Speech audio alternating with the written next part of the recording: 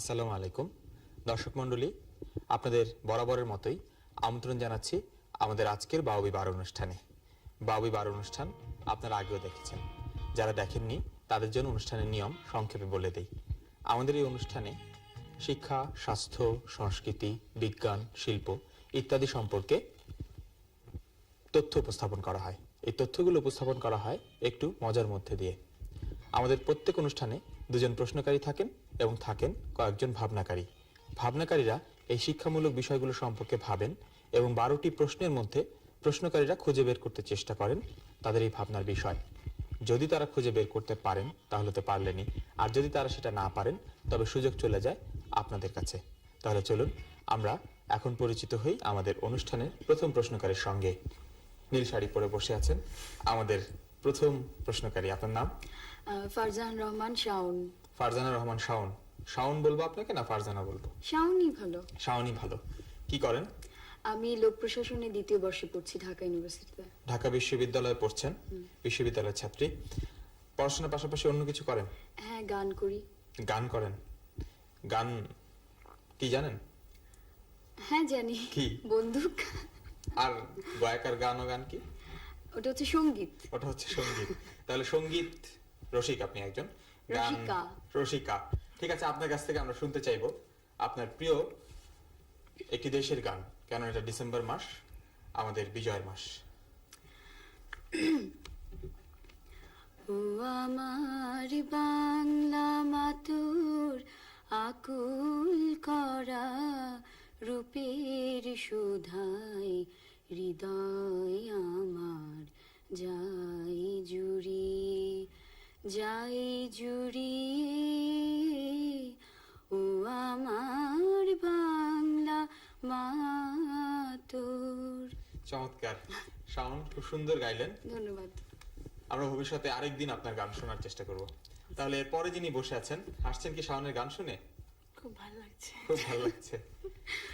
আপনার নাম কি? আমার নাম ফারহানা শারমিন ইমু। ফারহানা শারমিন ইমু। আপনি কি ফারহানা বলবো, শারমিন বলবো না ইমু বলবো? ইমু। ইমু। ইমু কি? ইমু একটা পাখির নাম। পাখি কি? পাখি একটা প্রাণী। প্রাণী কি? প্রাণী হচ্ছে যার প্রাণ আছে। যার প্রাণ আছে জি। সে হচ্ছে প্রাণী। প্রাণ কি? প্রাণ হচ্ছে যার মধ্যে প্রোটোপ্লাজম আছে, এক কথায় বলতে গেলে। প্রোটোপ্লাজম কি? এত প্রশ্ন করছেন কেন? আমি এখানে এসেছি প্রশ্ন করতে, আপনি প্রশ্ন করলে তো হবে না। ঠিক আছে, আরেকটা প্রশ্ন করি, আপনি কি করেন ইমু? আচ্ছা, আমি ইঞ্জিনিয়ারিং ইউনিভার্সিটিতে স্থাপত্যবিদ্যায় পড়াশোনা মানে করছি। স্থপতি হবেন? জি, ইনশাআল্লাহ। ঠিক আছে, আপনি নিজের বাড়িটা খুব সুন্দর করে বানাবেন। সবার বাড়ি আপনি বলে আপনিটা বানিয়ে দেবেন। আচ্ছা, আমার বাড়িটা আপনি বানাবেন। আচ্ছা। দেখা যাক। প্রিয় দর্শক মণ্ডলী, ইমু খুব চমৎকার বলেছেন। আসলে আমরা মানুষ অনেক কেনর উত্তর খুঁজি, অনেক কি এর উত্তর খুঁজে বের করার চেষ্টা করি, এবং এই জন্যই আমরা মানুষ। অন্যান্য প্রাণী এত প্রশ্নের উত্তর খোঁজেও না। দেখা যাক, আপনাদের মনে নিশ্চয়ই এখন প্রশ্ন যে আমাদের প্রথম অতিথি দূরে দাঁড়িয়ে অপেক্ষা করছিলেন, তাকে কখন ডাকি, সেই জন্য একটু কাছে এসে দাঁড়ান। আপনার নাম? মোহাম্মদ রকনুজ্জামান। একটু এদিকে আসেন, এদিকে আসেন। হ্যাঁ, রকনুজ্জামান। কি করেন? পড়াশোনা শেষ করেছেন? জি না, এমএ ফাইনাল পরীক্ষার্থী। এমএ ফাইনাল পরীক্ষার্থী, এখনো পড়ছেন? জি, পড়ছি। একটু আগে প্রাণ নিয়ে কথা হচ্ছিল, শুনেছেন না? প্রাণ কি? জি, শুনেছি। প্রাণ হরা কি? এটা আপনার জন্য প্রশ্ন। প্রাণ হরা কি? তো আমি তো আচ্ছা ছেলে। আচ্ছা আচ্ছা, এটা হচ্ছে মিষ্টি। প্রাণ হরা হচ্ছে একটা মিষ্টির নাম। আপনার জন্য ওইখানে বিষয় আছে। আচ্ছা,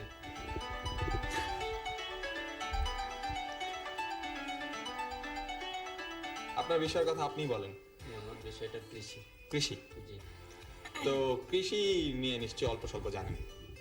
একদম জানেন এটা তো হয় না, কৃষি প্রধান দেশ আমাদের। ভেবে ফেলেছেন, আপনি তো জানেন আমাদের অনুষ্ঠানের কি নিয়ম, দ্রুত দুটো ভাবনা ভাবতে হয়। আমাকে একটু বলেন প্রথম ভাবনাটা বলেন, কানে কানে বলেন ভাই, জোরে বলবেন না। আচ্ছা আচ্ছা, দ্বিতীয়টা ভেবেছেন, বলেন বলেন বলেন। আচ্ছা, আপনি ওখানটায় বসেন। প্রাণ ভরা কি রকনুজ্জামান পারেন নাই, তবে তিনি চমৎকার দুটো বিষয়ের কথা ভেবেছেন। সাধারণ, কিন্তু আমরা অনেকেই এড়িয়ে চলি, মনে থাকে না আমাদের। দেখা যাক আমরা খুঁজে বের করতে পারি কিনা এই প্রশ্নের উত্তর। শুরু হচ্ছে বাউবি 12 কৃষি বিষয়ক প্রথম ভাবনা। বাউবি 1। আমার প্রথম প্রশ্ন করছি, আচ্ছা আপনি কি কোনো কৃষিজ পণ্যের কথা ভাবছেন? হ্যাঁ। এটি কি কোনো প্রকার খাদ্যশস্য? হ্যাঁ। আচ্ছা, এই কৃষিজাত পণ্যটা কি কোনো প্রাণীজাত দ্রব্য? না। তাহলে এটা নিশ্চয়ই উদ্ভিদজাত দ্রব্য। এটি কি কোনো মৌসুমী শস্য? না, এটা শস্য নয়, তবে মৌসুমী বলতে পারেন। আপনি বলেছেন মৌসুমী শস্য বা মৌসুমে হয়। আচ্ছা, এই কৃষিজাত দ্রব্যটা কি কোনো প্রকার ফল? না, আমি আসলে নির্দিষ্ট কোনো পণ্যের কথা ভাবছি না। তাহলে কি আপনি কোনো নির্দিষ্ট পণ্য গুচ্ছের কথা ভাবছেন, যা কোনো একটি নির্দিষ্ট মৌসুমে উৎপন্ন হয়? হ্যাঁ, আমি একগুচ্ছ পণ্য সমষ্টির কথা ভাবছি। আচ্ছা আচ্ছা আচ্ছা, আপনি যে কৃষি পণ্য গ্রুপের কথা ভাবছেন বা পণ্য সমষ্টির কথা ভাবছেন, এটা কি সাধারণত শীতকালেই হয়ে থাকে? হ্যাঁ, ঠিকই ধরেছেন। আচ্ছা, আসলে এটা তাহলে- শীতকালে হয়ে থাকে। তাহলে মনে হয় আমরা উত্তরটা পেয়ে গেছি। এটি মনে হয় শীতকালীন শাকসবজি। জি, সঠিক উত্তর হয়েছে। শীতকালে হাড় কনকনে শীতের সঙ্গে সঙ্গে প্রকৃতি আর একটি জিনিস আমাদের উপহার দেয়, সেটি হচ্ছে শীতের সবুজ শাকসবজি, যার মধ্যে থাকে প্রচুর ভিটামিন। আসুন আমরা এই সম্পর্কে জানি পুষ্টি বিশেষজ্ঞ ডাক্তার আসিরুল হকের কাছ থেকে। শীতের মৌসুম শুরু হয়েছে, বাজারে এসেছে শীতের শাকসবজি। এখন হাটে বাজারে গেলেই মনে হয় যেন এটা শীতের শাকসবজির মৌসুম।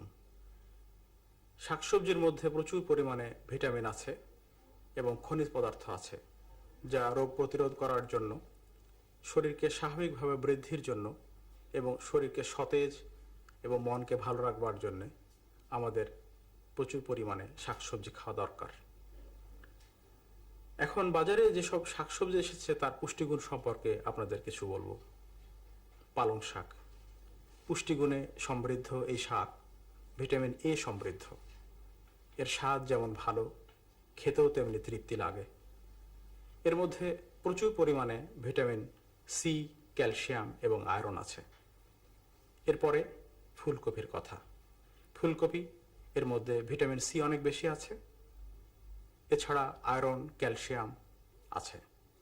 ভিটামিন এ প্রচুর পরিমাণে এর পাতাতে পাওয়া যায়। পুষ্টিগুণে এর পাতা এর থেকে কোনো অংশে কম নয়। আসুন বাঁধাকপির দিকে। বাঁধাকপি প্রচুর খাদ্য আঁশ সমৃদ্ধ খাদ্য তরকারি। এর মধ্যে কিছু পরিমাণে ক্যালসিয়াম এবং ভিটামিন এ আছে। এবার আমরা আরেকটা নতুন তরকারি শিমের কথা বলবো। শিম হচ্ছে ভিটামিন এ, ক্যালসিয়াম এবং আয়রন সমৃদ্ধ খাদ্য। শিমের বিচি যখন ছোট থাকে তখন এগুলো বেশি পাওয়া যায়। শিমের বিচি যখন পুষ্ট হতে থাকে তখন এর আমিষ বাড়তে থাকে, এর খাদ্য শক্তিও বাড়তে থাকে। এরপরে আমরা বলবো টমেটোর কথা। Tomato vitamin A, vitamin C এবং ক্যালসিয়াম সমৃদ্ধ খাদ্য। প্রচুর পরিমাণে ভিটামিন এ টমেটো থেকে আমরা পেয়ে থাকি। আমাদের বাচ্চাদের, বড়দের এবং সবার জন্য এটা একটা ভালো খাদ্য। এর মধ্যে প্রচুর খাদ্য আঁশ আছে। চোখের ভিটামিন হচ্ছে ভিটামিন এ। চামড়া ভিটামিনও ভিটামিন এ। ভিটামিন এ চোখকে ভালো রাখবার জন্যে, রাতকানা থেকে রক্ষা করবার জন্যে, চামড়ার সৌন্দর্যকে বজায় রাখবার জন্য দরকার। শাকসবজি আমাদের এটা প্রচুর পরিমাণে দিয়ে থাকে। অন্যান্য শাকসবজির মধ্যেও ভিটামিন এবং খনিজ পদার্থ আছে, যা আমাদের রোগ প্রতিরোধ করতে সাহায্য করে। আমাদের বেশি বেশি শাকসবজি খাওয়া উচিত। এবারে বাউবি বারুর কৃষি বিষয়ক দ্বিতীয় ভাবনা। প্রশ্ন শুরু করছে শাওন। প্রথম প্রশ্ন করছি, আপনি কি কোনো কৃষি সমস্যার কথা ভাবছেন? না। তাহলে আপনি কি কোনো কৃষিজ পণ্যের কথা ভাবছেন? না। তবে কি এটি কোনো প্রকার কৃষি ব্যবস্থা? হ্যাঁ। আচ্ছা, কৃষি ব্যবস্থা। আচ্ছা, এই কৃষি ব্যবস্থাটা কি উদ্ভিদ জগতের সঙ্গে সম্পর্কিত? না। তবে এটি নিশ্চয়ই প্রাণী জগতের সাথে সম্পর্কিত। এটি কি কোনো প্রকার মৎস্য চাষ? না। আচ্ছা, এই কৃষি ব্যবস্থাটা যে প্রাণীর সঙ্গে সম্পর্কিত সেটা কি স্থলচর? না। এটি তাহলে হাঁস মুরগিও নয়, আবার গরু ছাগল ইত্যাদিও নয়, মৎস্য চাষও নয়। তবে কি এটি এমন কোনো প্রকার প্রাণী যা পশু খাদ্য হিসেবে ব্যবহৃত হয়, যেমন শামুক বা ঝিনুক? না, এর চাষ করতে জলাশয়ের প্রয়োজন হয় না। আচ্ছা, জলাশয়। তাহলে তো বাকি থাকছে পাখি জাতীয় প্রাণী। আচ্ছা, আপনি যে কৃষি ব্যবস্থাটার কথা ভাবছেন, এটা কি এরকম কোনো পাখি জাতীয় প্রাণী? হ্যাঁ। আচ্ছা, আমরা কি এটা সচরাচর আমাদের ঘরে লালন পালন করে থাকি? হ্যাঁ। আচ্ছা, আপনি বলেছেন এটা ঘরে লালন পালন করা হয়, এদিকে এটা হাঁস মুরগি নয়। তার মানে কি এটা এমন কিছু যেটা আমরা শৌখিনতার জন্য গৃহে লালন পালন করি, কিন্তু আমরা সাধারণত মাংস খেয়ে থাকি? না, এটার হ্যাঁ, এটা মাংস আমরা খেয়ে থাকি। আচ্ছা আচ্ছা, তো তাহলে আমরা বোধহয় পেয়েছি উত্তরটা। এটা মনে হয় কবুতর পালন। আপনি কবুতর হ্যাঁ, পালন আপনার করতে উত্তর সঠিক আছে, ঠিকই ধরেছেন। এটা কবুতর পালন ব্যবস্থা। কবুতর শান্তির প্রতীক। শান্তির কথা আমরা চিন্তা করলেই কবুতরের ছবি আঁকি। কবুতর কিন্তু আমরা শখ করে লালন পালন করে থাকি, এর মাংসও খাই। তবে আমাদের দেশে যে জালালি কবুতর পাওয়া যায় তার মাংস আমরা সচরাচর খাই না। কবুতরের অনেক জাত আছে, প্রায় 200-300 রকমের। তার মধ্যে হোয়াইট কিং, টেক্সেনা, সিলভার কিং, ডাউকা, গলি ইত্যাদি রয়েছে। এছাড়া আমাদের দেশে আমরা গিরিবাজ কবুতর বলে একরকম কবুতরের কথা জানি, যারা বিভিন্ন রকম খেলা দেখায় এবং শখ করে অনেকেই তাদের পুষে থাকেন। চলুন দেখা যাক কি মজার প্রশ্ন নিয়ে অপেক্ষা করছে ইমু। আপনাকে এই অনুষ্ঠানে প্রথম মজার প্রশ্নটা করছি। আমরা সাধারণত অর্ডার দিলে সে কাজটা করি। মনে করেন এমন একটা জিনিসের নাম আপনাকে বলতে হবে যেটা লাগ বললে লাগে না, কিন্তু যেই বলি লাগবি না তখনই কিন্তু লেগে যায়। উত্তর তাড়াতাড়ি। লাগ বললে কিন্তু লাগে না, কিন্তু হঠাৎ করে যদি বলি লাগবি না লেগে যায়। খুব একটু চেষ্টা করেন, সোজা। আসলে তো আপনার সময় শেষ। এটার উত্তর হবে ঠোঁট। দর্শক মন্ডলী, এবারে আমাদের দ্বিতীয় অতিথির পালা। তিনি দূরে দাঁড়িয়ে হাসছেন।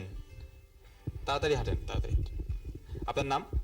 রেজওয়ানা হক সুমি। রেজওয়ানা হক সুমি। আরেকটু জোরে বলতে হবে সুমি। সুমি, জোরে কথা বলো তুমি। আপনার কি করেন? আমি এবার এইচএসসি পরীক্ষা দিয়েছি। এইচএসসি পরীক্ষা দিয়েছেন। পরীক্ষার পরে অফুরন্ত অবসর? না, কোচিং করছি না। কোচিং করছেন। আচ্ছা, কোন বিষয়ে এইচএসসি পড়েছেন? বিজ্ঞান, মানবিক? ওইদিকে তাকান ক্যামেরার দিকে। বিজ্ঞান। তো আপনাকে একটা বিজ্ঞান নিয়ে প্রশ্ন করি। একটা লোহার বল, একটা কাঠের বল, আর একটা রবারের বল অনেক উপর থেকে আপনি ছেড়ে দিলেন, নিচে শক্ত সিমেন্ট করা মাটি, হ্যাঁ, সিমেন্টের চাতাল। কোনটা বেশি লাফাবে, কোনটা বেশি ড্রপ খাবে? বিজ্ঞানের প্রশ্ন কিন্তু এটা। রাবারের। রাবারের। ভুল হয়েছে। সবচেয়ে বেশি লাফাবে স্টিলেরটা, লোহারটা। কেননা লোহার স্থিতিস্থাপকতা সবচাইতে বেশি। যেটা যত বেশি স্থিতিস্থাপক সেটা তত বেশি লাফাবে। সেটা হচ্ছে কথা। আরো ভালো করে পড়তে হবে, এখানে আপনাদের বিষয় আছে। আপনি বলেন আপনার বিষয়। পরিবেশ। পরিবেশ। পরিবেশ তো বিজ্ঞানেরই অংশ। হ্যাঁ। ভেবেছেন? হ্যাঁ। খুব দ্রুত ভাবতে হয় অনুষ্ঠানে আসলে। আমাকে একটু বলেন। ওইখানটায় বসেন। তিনি ভেবেছেন আমাদের দৈনন্দিন জীবনের পরিবেশ সংক্রান্ত দুটো জিনিস এবং প্রশ্ন করে খুঁজে বের করতে চেষ্টা করছে ফারহানা এবং ফারজানা। দুজনের নাম বেশ কাছাকাছি। দ্বিতীয় ভাবনাকারী, আপনাকে প্রথম প্রশ্ন করছি। আচ্ছা, আপনি কি পরিবেশের কোনো অঙ্গের কথা ভাবছেন? না। তবে কি আপনি কোনো পরিবেশগত সমস্যার কথা ভাবছেন? হ্যাঁ। আচ্ছা, এই সমস্যাটা কি আমাদের দেশেও বর্তমান? হ্যাঁ। এই সমস্যাটি কি মানুষের দ্বারা সৃষ্ট? হ্যাঁ, পুরোপুরিভাবে। মানুষের দ্বারা সৃষ্ট না? আচ্ছা, এই সমস্যাটা কি মানুষের স্বাস্থ্যহানি ঘটায়? হ্যাঁ, ব্যক্তিগত স্বাস্থ্যহানি ঘটায়। আচ্ছা, আচ্ছা, আপনি বলছেন ব্যক্তিগত স্বাস্থ্যহানি ঘটে না। তার মানে এই সমস্যার ফলে কি প্রকৃতিগত কোনো ভারসাম্য নষ্ট হয়? হ্যাঁ। আচ্ছা, এই সমস্যাটা কি প্রাণী জগতের সঙ্গে সরাসরি সম্পর্ক আছে এই সমস্যাটার কোনো প্রকার? না, সরাসরি নেই। আচ্ছা, প্রাণী আচ্ছা, জগতের প্রাণী সাথে জগতের সঙ্গে না। তবে এটি কি উদ্ভিদ জগতের সাথে সম্পর্কযুক্ত? হ্যাঁ। আপনি বলেছেন উদ্ভিদ জগতের সঙ্গে সম্পর্কযুক্ত, আবার এই সমস্যাটা মানুষের তৈরি। আমরা মনে হয় কাছাকাছি চলে এসেছি। এটি কি আপনি কি বৃক্ষ নিধন সমস্যার কথা বলছেন? হ্যাঁ, এটা বিজ্ঞান। আচ্ছা, বৃক্ষ নিধন। বৃক্ষনিধন সারা বিশ্বে এক অন্যতম সমস্যা। অব্যাহতভাবে বেড়ে চলেছে বৃক্ষ নিধনের হার। মানুষ অনেক কারণে বৃক্ষ কেটে থাকে। কৃষি জমির বিস্তার, নির্মাণ কাজ, আসবাব তৈরি ও জ্বালানি হিসেবে কাঠ ব্যবহার করার জন্য বৃক্ষনিধন বেশি হয়ে থাকে। এইভাবে নির্বিচারে বৃক্ষনিধন শুধু পরিবেশকে বিপন্ন করে তোলে না, বরং সাথে সাথে অনেক প্রাণীর প্রজাতির বিলোপকেও ত্বরান্বিত করে। প্রকৃতির সাথে এরকম বিরুদ্ধাচরণ আমাদের ধর্মীয় দৃষ্টিকোণ থেকেও নিষেধ করা হয়েছে। বৃক্ষ নিধনের ফলে আবহমণ্ডলে কার্বনের পরিমাণ বেড়ে চলেছে, সাথে সাথে ভূমিক্ষয়ের পরিমাণও বাড়ছে। নদীতে জমছে পলি, দেখা দিচ্ছে বন্যার সম্ভাবনা। এভাবে পরিবেশ ও প্রকৃতির ভারসাম্য বিনষ্ট করে চলেছে মানুষ। বৃক্ষ সম্পদকে পরিকল্পিতভাবে ব্যবহারের মাধ্যমে এবং বৃক্ষরোপণ করে সেই অভাব পূরণের ব্যবস্থা করার মাধ্যমে শুধু এই ভারসাম্য রক্ষা করা সম্ভব। তাই বৃক্ষ নিধন করবার আগেই ব্যবস্থা নিতে হবে অন্তত তার কয়েক গুণ বেশি বৃক্ষরোপণ যেন করা হয়। অন্যথায় মানুষই ধ্বংস করবে পৃথিবী, যা মানুষের একমাত্র আবাসস্থল। গাছ আমাদের উপকারী বন্ধু। আসুন আমাদের প্রত্যেকেরই যাদের অল্প একটু খালি জায়গা পড়ে আছে সেখানে একটি করে গাছ লাগাই এবং সেই গাছের যত্ন করি।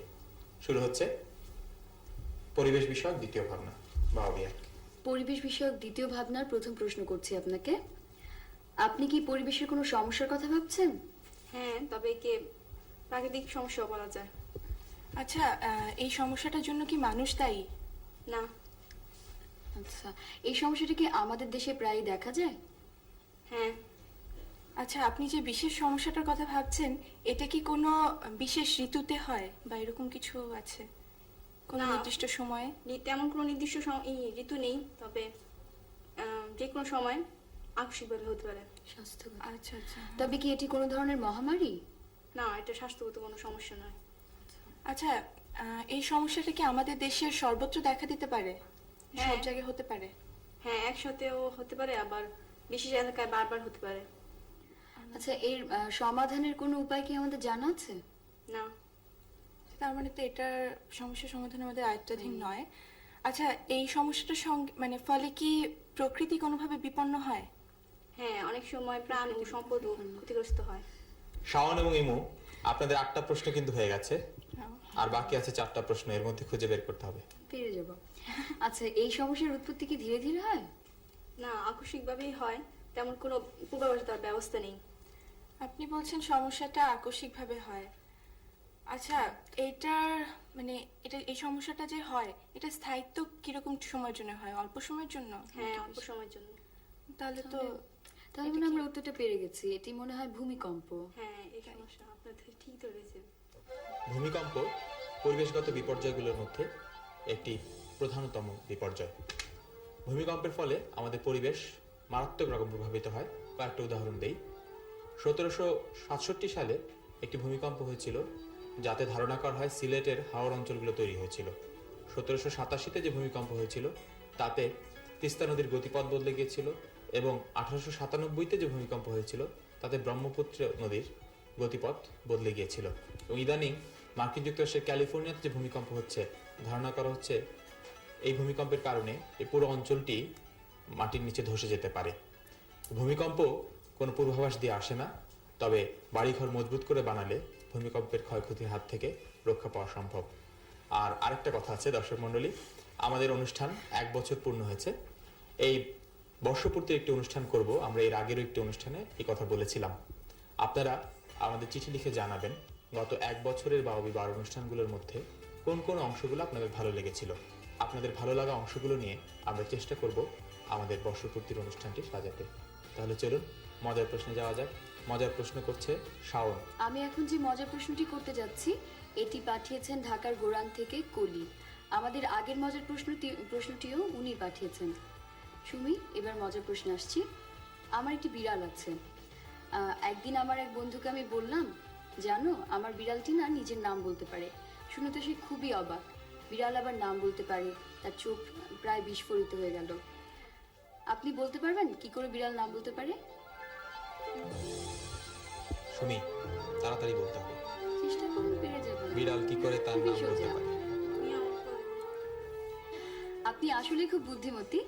সত্যি বিড়ালটির নাম ছিল মিউ। এবারে আমাদের অনুষ্ঠানের সবশেষ অতিথির পালা। আমাদের সবশেষ অতিথি ভিড় পায় আমাদের দিকে এগিয়ে আসছেন, একটু একটু হাসছেন। এখন আপনাকে কথা বলতে হবে। আপনার নাম বলুন। মোহাম্মদ কবির মিয়া। মোহাম্মদ কবির মিয়া। পড়াশোনা করেন নিশ্চয়ই? পড়াশোনা শেষ করেছি ঢাকা ইউনিভার্সিটি থেকে, পাবলিক অ্যাডমিনিস্ট্রেশন মাস্টার্স। পাবলিক অ্যাডমিনিস্ট্রেশনে, লোক প্রশাসনে? জি, লোক আমাদের একজন প্রশাসন থেকে। প্রশ্নকারীও কিন্তু লোক প্রশাসন থেকে এসেছেন। আপনাদের মধ্যে কোনো আগে থেকে ঠিক করা নেই তো যে কে পারবে কে পারবে না? না, তা ঠিক করা নেই। আচ্ছা, এখনই জানতে পারলাম। আমাদের এই অনুষ্ঠান আপনার কেমন লাগে? অনুষ্ঠানটা বেশ ভালোই, কারণ অনুষ্ঠানটার মাধ্যমে আমরা অনেক অজানা বিষয় সম্পর্কে অবগত হতে পারি। আপনি তো অনেক ভালো ভালো কথা বললেন, একটা খুব চমৎকার এক্সপ্রেশন দেন যে ভালো লাগে, এরকম একটা বাহ, অভিব্যক্তি। চমৎকার।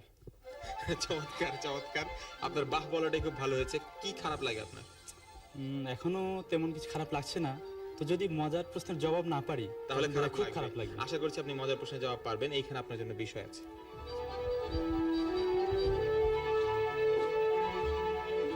আপনার বিষয় এসেছে আমার দেশ। আমার দেশ, আপনার দেশ, একটাই তো দেশ না? ভাবেন তো আমাদের দেশ নিয়ে। হ্যাঁ, অবশ্যই। আমরা সবাই কম বেশি জানি আমাদের দেশ সম্পর্কে। খুব দ্রুত দুটো ভাবনা ভেবে আমাকে বলেন, কানে কানে, ওরা যাতে শুনতে না পায়।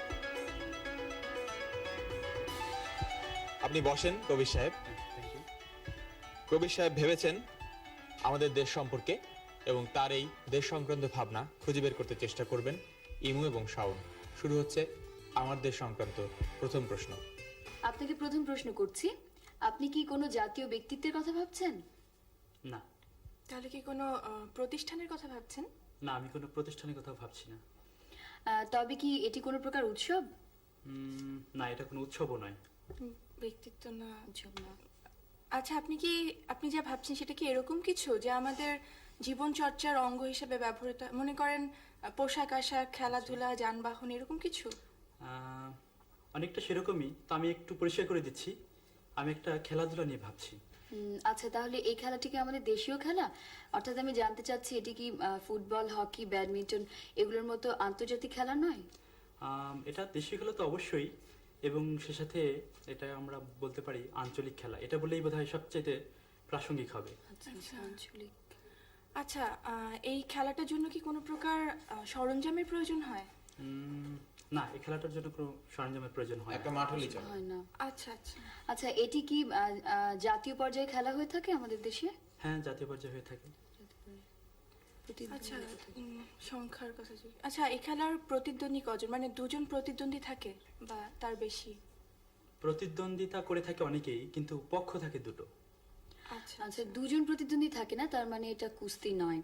তবে এই খেলায় কি দম ধরে রাখার কোনো কৌশল রপ্ত হ্যাঁ, করতে হয়? ঠিক ধরেছেন, এখানে এবার এরকম একটা অনেকটা কৌশল আছে। নিশ্চিত হয়ে গেল।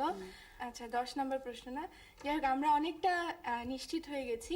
আপনাকে একটা সোজাসুজি প্রশ্ন করব, করুন। ঠিক আছে?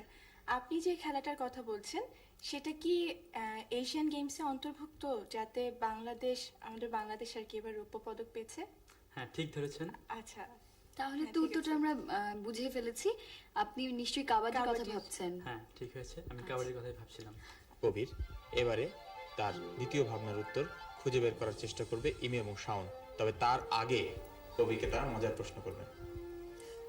আপনাকে মজার প্রশ্নটা আমি করছি। দাঁত আছে? অবশ্যই। দেখি কি করেন দাঁত দিয়ে? দাঁত দিয়ে খাই এবং কথা বলা বের করি। খান? চুইংগাম চাবান? আচ্ছা, এমন কোনো প্রাণীর কথা বলেন যার দাঁত আমরা ব্যবহার করি। আমরা তো আমাদের দাঁত ব্যবহার করি, তাই তো? আপনি বলেছেন খাই, আমি বললাম চুইংগাম চাবাই। এখন এমন কোনো প্রাণীর কথা বলেন যার দাঁত আমরা ব্যবহার করি। হাতির দাঁত, এটা আমরা ব্যবহার করি। খুবই ভালো, আপনি পেরেছেন। বলেন তো কি কাজে ব্যবহার করি? হাতির দাঁত এটা এক কি ধরনের বানানো হয়? অলংকার হিসেবে আইভরি আমরা বলি সাধারণত। এটি চমৎকার, কবির খুবই ভালো, পেরেছেন। অত্যন্ত কবির পেরেছেন। এবারে কবির সাহেবের দ্বিতীয় ভাবনা, এই ভাবনার উত্তর খুঁজে বের করার চেষ্টা করছে শাওন এবং ইমু। আপনাকে প্রথম প্রশ্ন করছি। আচ্ছা, আপনি কি কোনো ঐতিহ্যময় স্থানের কথা ভাবছেন? না, আমি কোনো স্থানের কথা ভাবছি না। তবে কি এটি কোনো প্রতিষ্ঠান? এটা কোনো প্রতিষ্ঠানও নয়। আপনি কি কোনো ব্যক্তির কথা ভাবছেন? হ্যাঁ হ্যাঁ, ব্যক্তির কথা ভাবছি। উনি কি জীবিত? না, উনি জীবিত না। আচ্ছা, উনি জীবিত না। উনি কি পুরুষ না মহিলা? উনি পুরুষ। আচ্ছা, উনি কি কোনো রাষ্ট্রীয় পুরস্কার পেয়েছেন? হ্যাঁ, উনি রাষ্ট্রীয় পুরস্কার পেয়েছেন। আচ্ছা আচ্ছা, ওনার মানে উনি কি ক্রীড়া জগতের খ্যাতিমান কেউ? না, উনি ক্রীড়া জগতের খ্যাতিমান কেউ নন। আচ্ছা, তবে কি উনি সাহিত্য সংস্কৃতির সাথে জড়িত? সেটাও না, সাহিত্য সংস্কৃতির সাথেও ওনার সংশ্লিষ্টতা তেমন একটা নেই। আচ্ছা, আপনি বলেছেন উনি পুরস্কার পেয়েছেন। পুরস্কার পেয়েছেন। উনি কি বেঁচে থাকতে পুরস্কারটা পেয়েছেন? না, উনি বেঁচে থাকতে পুরস্কারটি পাননি। উনি মরণের পরে, তার মৃত্যুর পরে পুরস্কারটা পেয়েছেন, অর্থাৎ মরণোত্তর পুরস্কার। আচ্ছা, এটি মরণোত্তর পুরস্কার। তবে এটি কি আমাদের মুক্তিযুদ্ধের সাথে কোনোভাবে সম্পর্কযুক্ত? হ্যাঁ, ঠিক ধরেছেন, এটা মুক্তিযুদ্ধের সাথে সংশ্লিষ্ট। আমরা মনে হয় কাছাকাছি চলে এসেছি। আচ্ছা, আমাদের প্রশ্নটা হচ্ছে, আপনি কি নির্দিষ্ট একজনের কথা ভাবছেন নাকি একই খেতাবধারী সমষ্টিগতভাবে একাধিক জনের কথা ভাবছেন? না, আমি একজনের কথা ভাবছি না। আপনি আচ্ছা। যেটা বলেছেন পরবর্তী পর্যায়ে যে একই খেতাবধারী কিছু একাধিক ব্যক্তিবর্গ। ব্যক্তির কথা। তাহলে বোধহয় আমরা উত্তরটা পেরে গেছি। আপনি মনে হয় 7 জন বীর শ্রেষ্ঠের কথা বলছেন। ঠিক ধরেছেন, হ্যাঁ, আমি 7 জন বীর শ্রেষ্ঠের কথাই ভাবছিলাম।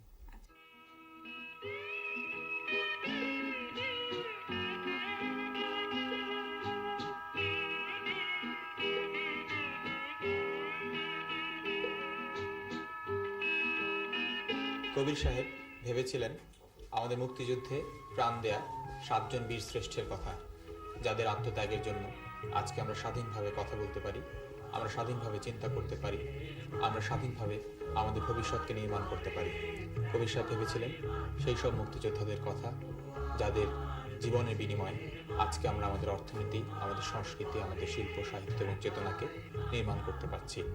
আমরা যেন তাদের কথা কখনো ভুলে না যাই।